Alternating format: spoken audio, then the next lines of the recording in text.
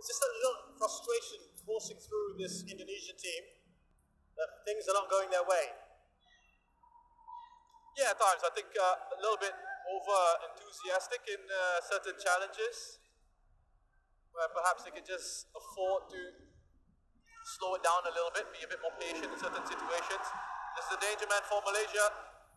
It's really good defending by Asnawi. He can hang on to the ball here. It's interesting, isn't it? Russia's done very well. So much of so much of the best stuff, from Malaysia's come down the left-hand side today. And we've barely mentioned Safawi tonight. Yeah, and you know, with Safawi as well, what's interesting for me is he's one of the leading scorers in the competition. Joint top scorer, I think, with 4 goals. But he hasn't had the best of seasons domestically. Correct. He didn't have the best of seasons domestically. It was Arif Aiman who stole the show in Malaysia on a domestic front this season. Lovely ball towards Irfan. Looking at 4 targets. Irfan to the top of the box. Rama, I should say. Just couldn't get the ball from his feet. That's given away to Rahmat Irianto. Witan Sulaiman. Sting taken out of that shot.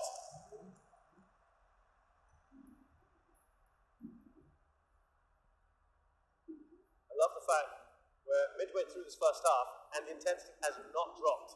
I've just kept quiet there. I was taking a moment to catch a breath. It's one of those games, isn't it?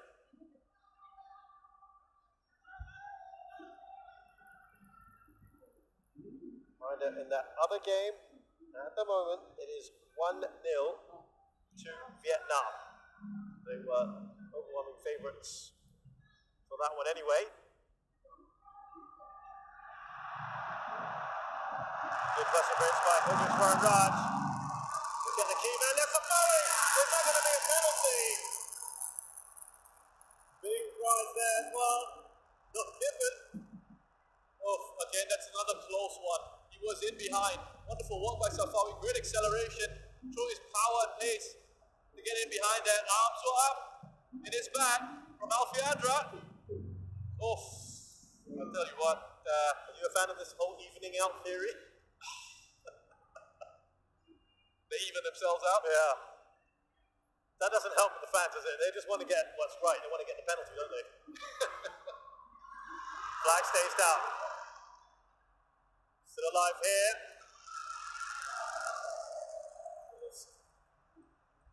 Another dangerous moment there for Malaysia.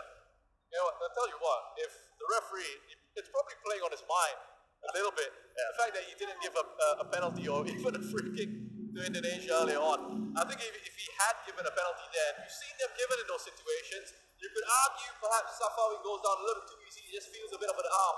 But if you've got your arm out there, you're pushing a player in the back, the referee's well within his rights to give it as a penalty, but there would have been absolute pandemonium. Look at that, another long throw from Pratama. Here's Irfan. Lofted into the box. Ezra Wali got a little bit of contact on it. And they get it clear from Dion Cools. Oh, lovely turn from Pratama. Still Pratama. Well over in the end. His throw-ins are phenomenal. He only used it a couple times in the last few matches. It just creates problems, doesn't it? It could turn away from Kogileswaran here. Pratama. It's good energy, really good energy in Indonesia's play early on. Yes, Safawi driving past Alfiandra, and again, look. Is that one of the ball boys actually appealing for a Malaysian penalty? There's a ball boy there. Acting as one of the 5th or 6th officials that they've got these days if they don't have VAR. That's what he thought about the decision. Gripping contest. Even the ball boys are getting involved. Oh, there is a bit of shaky defending. It's done well. Safawi's come onto this. Arif, excuse me. Arif again. Voted MVP this season in the Malaysian League. best striker as well, most promising player. And he was still not picked for the Malaysian side originally.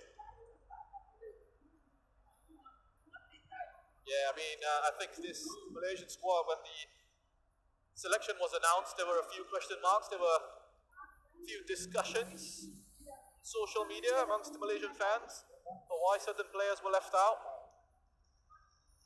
But, and I spoke to Junior Elstal recently and asked him what that was like, and he said, you know, it's an opportunity for the team to get together and show our doubters that we can do this for the country. We can progress, and if they do, they'll shut a lot of their critics up. Absolutely. And that can always give you that motivation, be that driving force for you to achieve something. To play from Arif Aiman, wonderful awareness of the situation there, quick touch on, away, fighting the challenge. And taking pains, Russia, to at least have to show unity in the Malaysian side. There's been a lot of speculation as to problems within the squad, and of course it doesn't help when a player reacts and throws a bottle into the ground and then another one makes a comment afterwards, but Tan Cheng Ho, he says he's only interested in picking the best players, the players that suit what he wants to do. We respect that. And similarly, Shin Tae-yong was asked why not bringing Ilya Spasojevic, who's got more goals than all the 4 strikers he's got in the current squad. He says he doesn't fit my system. Yeah. Well, to touch on your first point about Tan Cheng Ho and the Malaysian squad, you know, there are always things in football that we know happen behind the scenes that we can't necessarily address in the public space, in the public sphere. But he's selected a side that he feels can do the job, and it's up to the players to then respond to that. And there have been so many issues that they've come in here. They've been criticized for only selecting, what was it, 24 players? Yes. And then they were struck with a few COVID situations. Yeah. They had injury concerns. I tell you, as we saw what looked to be a foul on Ramai, that Vietnam have got a second goal. Now the referee gives a free kick to Indonesia for the foul on Pratama by Kokiswan Raj, and yeah, Vietnam looking pretty good. It's Tian Lin with his second of the match. And as for Shin Tae-yong, I think when you're a coach that's, first of all, they've done an incredible job getting a manager, a head coach like Shin Tae-yong to come in. Incredible experience. As Tan Cheng Ho just directs traffic a little bit, he wants Malaysia to set themselves up a little bit higher here in this throw-in situation, try and force a turnover so they can transition quickly. Guy who's won the AFC Champions League, someone who's been a head coach at the World Cup, he's beaten Germany. And, you know, he's selected a young squad, and when you select a young team, they're kind of easier to mold in sort of your image in the way that you want to play. Get them young, right? Get them young and try and impart your values, your style, your tactics. And young players, they have a desire to improve and a desire to make a name for themselves, and they want to listen to you. Whereas sometimes with certain experienced players, they want to protect their position. They can be a little bit reluctant to sort of take too much on board, take on instructions. If they don't quite see how you can sort of help them improve, then they might just reject your suggestions in your situation. So ultimately, whatever squad you pick, it's up to you as the head coach. Yeah. If you can get the best out of them, if they can produce results, then you're seen as a success. And from what we're seeing from Indonesia at the moment, it looks good. I know they're losing this game. I know as it stands, they're headed out of the Suzuki Cup. Yeah. But this is an incredibly young squad. Absolutely. Very young side. Yes, Pratama again. It's a useful weapon. Reminds me of a teammate of mine who used to do that, and it was also something that just players always seem to struggle with. Why is that?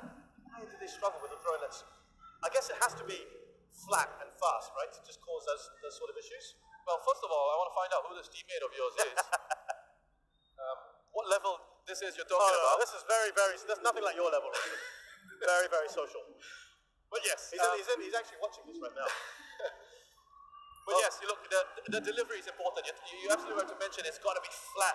Well, have a look. It's like a driven pass. This is just incredible technique and distance, and well, obviously, again, as I say that, Not the best, but here's Irfan.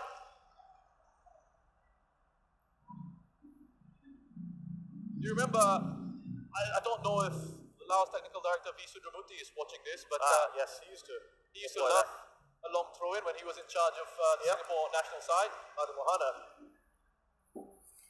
used to do that quite a bit. And see, what's interesting is he's employing it more than he has in any other match we've seen so far, Pratama.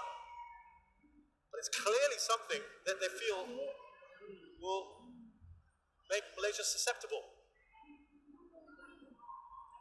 Oh, look at that, right arrowed in at Ezra Walian.